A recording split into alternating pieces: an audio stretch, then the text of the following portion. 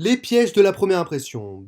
Premièrement, bonjour, je m'appelle Philippe Pétrou et je voulais te remercier de t'être inscrit à cette présentation du Small Talk. Pour commencer, j'aimerais donc te parler de la première impression et des erreurs que l'on peut commettre lorsque l'on juge quelqu'un au premier regard. On va donc parler de biais cognitifs, ou plus précisément de biais heuristiques de jugement. Ce sont des raccourcis mentaux que nous prenons pour juger une situation et dans notre cas, pour juger une personne. En fait, il faut savoir que le cerveau a la flemme et nous commettons des erreurs car celui-ci crée des raccourcis pour gagner du temps. Et donc cette vidéo va t'aider car elle te permettra dans un premier temps de ne pas émettre des jugements précipités lors d'une première rencontre et donc empêcher un small talk. Deuxièmement, ça va t'aider parce que tu pourras utiliser ces biais cognitifs à ton avantage pour faire une bonne première impression.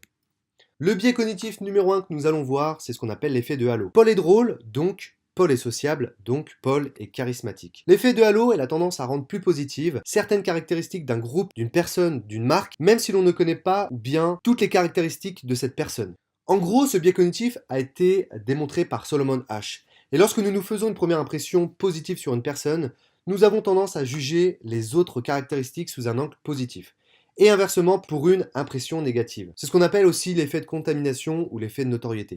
Il est alors très difficile de se détacher de cette première impression, étant donné que notre cerveau va également tout faire pour confirmer celle-ci. C'est ce qu'on appelle ensuite le biais de confirmation d'hypothèse. L'effet de halo entraîne donc d'autres biais cognitifs. C'est pour ça qu'il est important de faire une bonne première impression, parce que les gens vont juger sur les premières secondes. Si tu fais une très bonne première impression, que tu parais souriant, positif et optimiste, les gens vont déduire que tu es quelqu'un avec des qualités exceptionnelles. Par exemple, quel homme confiant, il est sûrement très riche. Concrètement, si tu es confiant, ça ne veut pas dire que tu es riche, mais les gens vont faire cette erreur à cause de l'effet de halo.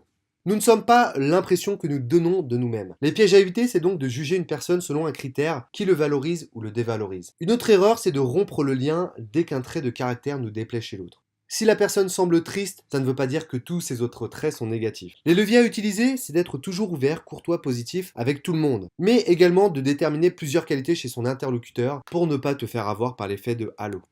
Biais cognitif numéro 2, l'effet spotlight. Tout le monde me regarde, tout le monde me regarde, tout le monde me regarde. L'effet spotlight consiste à identifier le fait qu'un individu surestime l'attention que les autres portent sur lui. L'individu concerné a le sentiment que ses attitudes et son comportement sont l'objet de regards et de jugements de la part des autres. Concrètement, si tu as un gros bouton sur le front et que tu as l'impression que tout le monde le regarde, tu te trompes. Idem si tu viens d'acheter des chaussures super stylées et que tu as la sensation que tout le monde t'envie. Je suis bien habillé et je le sens, tout le monde me mate. Concrètement, calme-toi, c'est une erreur.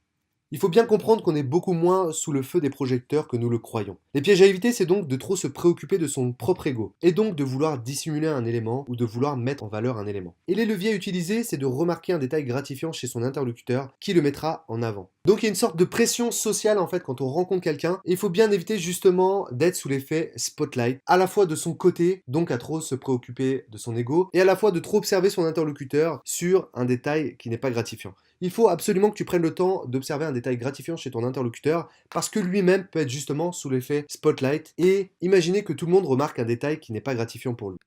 Le biais cognitif numéro 3, c'est ce qu'on appelle l'erreur fondamentale d'attribution. Micheline ne sourit pas parce que Micheline n'est pas heureuse d'être avec moi.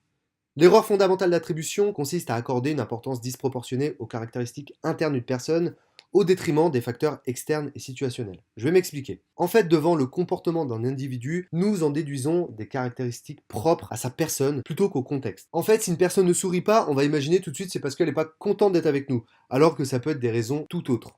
Qu'elle est sérieuse, elle doit passer son temps à cogiter. Alors que pas du tout. Imaginons Pierre en face de Paulette. Pierre va se poser des questions sur Paulette. Qu'elle est sérieuse, elle doit passer son temps à cogiter. Paulette va penser, il est souriant, il doit être quelqu'un de joyeux. Si seulement je n'avais pas aussi mal aux dents. Donc concrètement, Pierre a fait l'erreur de croire qu'elle n'est pas joyeuse parce qu'elle n'est pas souriante. Sauf que Paulette, le problème, c'est qu'elle avait mal aux dents. Donc, Pierre a fait une erreur d'attribution. C'est de juger son caractère par rapport à une attitude, alors qu'elle n'avait pas l'attitude adéquate parce qu'elle était gênée. Donc calme-toi et ne fais pas cette erreur. Nous sommes bien plus que nos attitudes et le contexte ne détermine pas qui nous sommes. Les pièges à éviter, c'est donc de juger une personne par rapport à une attitude sans prendre en considération le contexte. Et l'autre piège, c'est de s'auto-juger en fonction de la situation plutôt que de sa personnalité. J'ai bien envie de te fournir d'autres biais cognitifs de la première impression. Il y a l'effet cheerleader. Trouver quelqu'un de plus attirant car il ou elle se trouve au sein d'un groupe. c'est une belle connerie. Le biais de confirmation. Chercher à confirmer la première impression que l'on a eue d'une personne en jugeant son attitude. L'effet de persévération. Porter un jugement sur une personne en fonction des informations que nous disposons. Il faut bien comprendre qu'une personne ne dévoile pas tout et il faut prendre le temps de comprendre cette personne dans le détail, etc., etc. Merci, si tu as des questions, n'hésite pas à m'envoyer un petit mail. La prochaine vidéo sera un petit peu moins speed, mais j'espère que ce format t'a plu. On se retrouve très bientôt. Salut!